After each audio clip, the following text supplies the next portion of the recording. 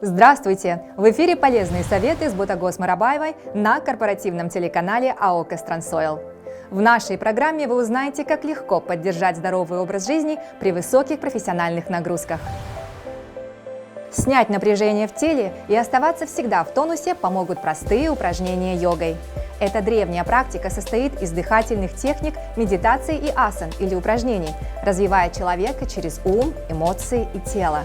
Учитель йоги Асимгуль продемонстрирует, а также расскажет о преимуществах определенных асан. Вам понадобится удобная одежда и обычный коврик для занятий йогой. Добрый день, меня зовут Асимгуль, и сегодня я хочу вам показать позу Урдва Хастасана для вашего здоровья. Для этого мы расставляем стопы на ширине нашего таза, поднимаем руки через стороны вверх, перехватываем правое запястье левой рукой, на вдохе мы хорошенько тянемся вверх, с выдохом мы делаем небольшой наклон влево.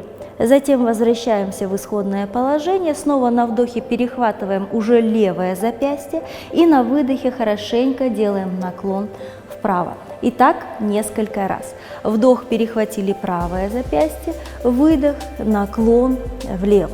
Вдох, перехватили левое запястье, выдох, наклон вправо. Эта асана очень хорошо воздействует на межреберную невралгию, помогает при наличии протрузии, грыжи или других изменениях позвоночного столба. Спасибо, что были с нами. Мы надеемся, что сегодняшний выпуск полезных советов про упражнения йогой пойдет вам на пользу. Не забудьте сохранить это видео у себя. Будьте здоровы!